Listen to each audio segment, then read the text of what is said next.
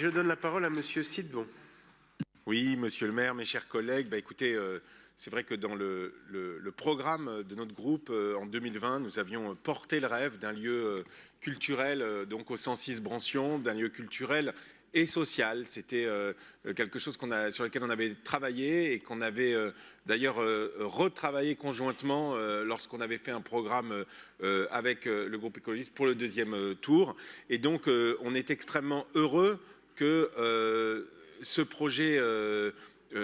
trouve une réelle naissance avec cette première délibération que l'on vote le concernant. Et donc le 106 va devenir une réalité.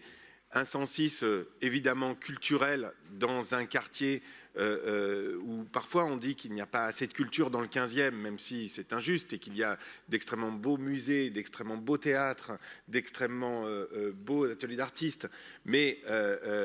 on est très content d'accueillir un nouveau lieu culturel majeur, et on est très content que ce lieu culturel est une ouverture sociale. C'est donc le cas avec la source Garouste qui est à la croisée de l'art et du social. Ce sera évidemment le cas d'une autre manière avec les ateliers d'artistes en exil qui vont occuper une autre partie du bâtiment. On sait l'importance, plus dans un quartier, le quartier Georges Brassens, où plusieurs nationalités sont présentes, qui est vivant, qui jouxte un quartier politique de la ville. C'est très pertinent d'accueillir ces deux associations, des associations extrêmement vivantes, qui construisent des choses extrêmement intéressantes et qui vont le construire, je n'en doute pas, aussi pour le quartier, et avec une synergie en plus possible avec deux autres lieux de culture dans ce même quartier, évidemment le théâtre Sylvia Montfort et la Ruche qui n'est pas loin. Et donc on peut imaginer des tas de choses, on peut imaginer une belle synergie, un quartier par ailleurs vivant de par son tissu associatif et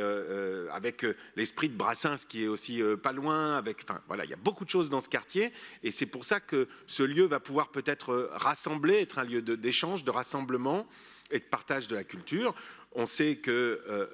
ce lieu donc sera ouvert au maximum pour qu'il vive tout seul, qu'il trouve son public. C'est un lieu donc vraiment d'espoir pour la partie sud du quartier qui donc, je le disais, a été récemment classé en quartier politique de la ville parce que la culture fait grandir et que la culture c'est ce qui permet aussi vraiment l'émancipation. Et puis il y a évidemment une envie qui est partagée, je crois, dans toutes les interventions et sur tous les bancs de cet hémicycle, c'est que ce lieu se construise petit à petit en commun avec les acteurs du quartier, en commun avec les acteurs du lieu, et trouve ainsi une âme spécifique, parce que ce que j'ai oublié de dire, c'est qu'il y a une autre partie du bâtiment qui, plusieurs mètres carrés, qui demande encore à être imaginée, et qu'il y aura une co-construction sur le sujet. Et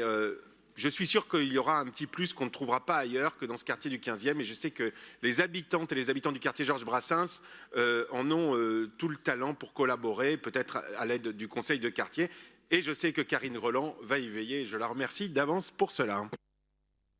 Merci.